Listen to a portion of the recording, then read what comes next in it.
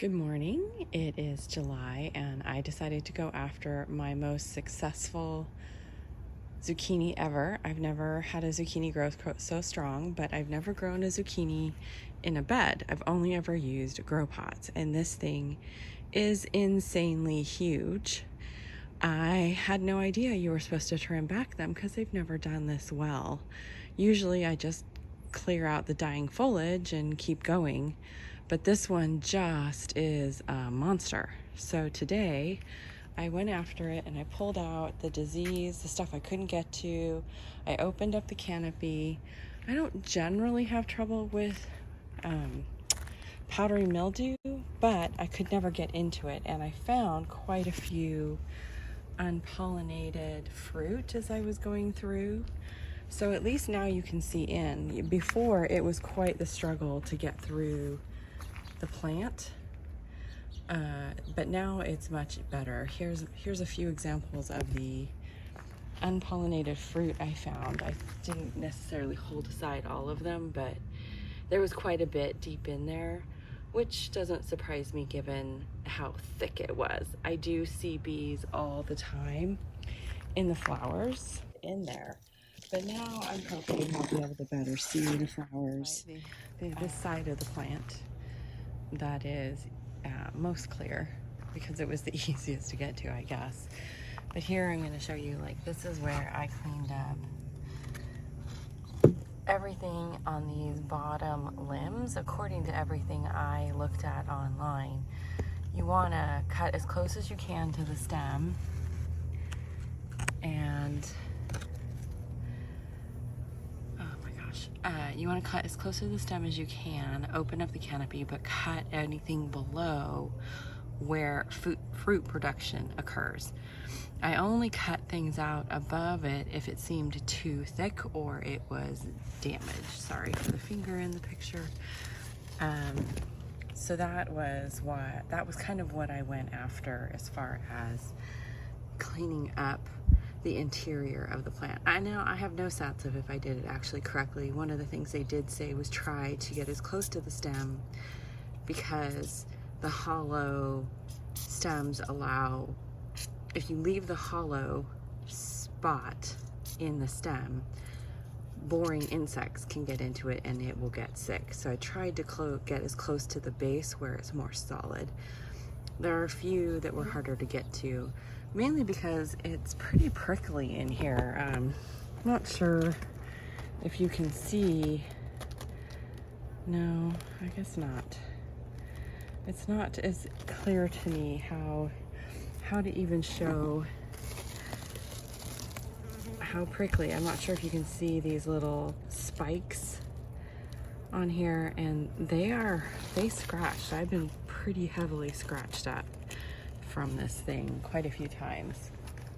So I'm trying, to take good care of myself. I'm wearing a thick long sleeve sweater, plus I had on heavy gloves in order to do this work, because I just couldn't get my arms in there. Otherwise I would have ended up looking like I'd been in a fight with a cat. Here's what traditionally happens to me in a grow bag. These were all planted at the same time. This one's a little stronger. I think this one got some sort of pest, and I've tried really hard to get control of it.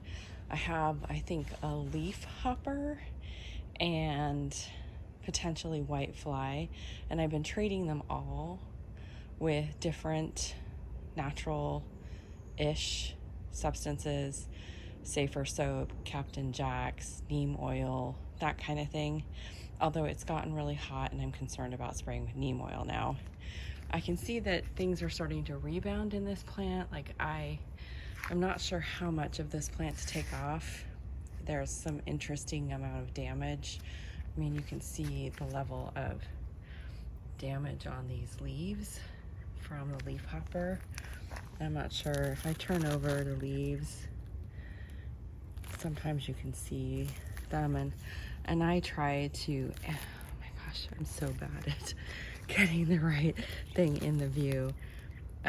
You can see them running around, and I do hand hit them by hand pretty regularly. I just try and kill them instead of using some sort of product. Anyway, I'm not doing a very good job. Anyway, so this the point of this is to show you how different my 3 squashes are. This is supposed to be the same zucchini as the one in the raised bed. This is a yellow squash. There's the zucchini in the raised bed. One of the differences is between how these are grown. Obviously, this has a deeper reservoir to work with, and maybe it holds moisture better, and this spot doesn't get as much sun as this spot, which surprises me because I would expect a squash to want a lot of sun.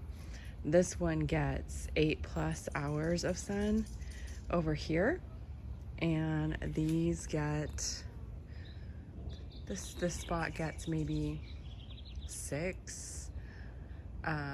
It might get dappled sun throughout the different points in time, but 6 hours maybe. So it produces a lot of fruit. The fruit is a little lighter in color, but it produces a lot of fruit. Last year I had put my entire garden on this side thinking I got a lot more sun, but it turned out this hedge was kind of a barrier or an indicator of where the sun actually really hits. So we pulled out what was a bunch of small lily of the Nile plants and put all my grow bags over here to test this spot. So before going crazy and removing these gorgeous hedges, I wanted to know this spot would work. So I'd love to know your thoughts on how to get rid of some of the insect issues I'm having, and thanks for watching.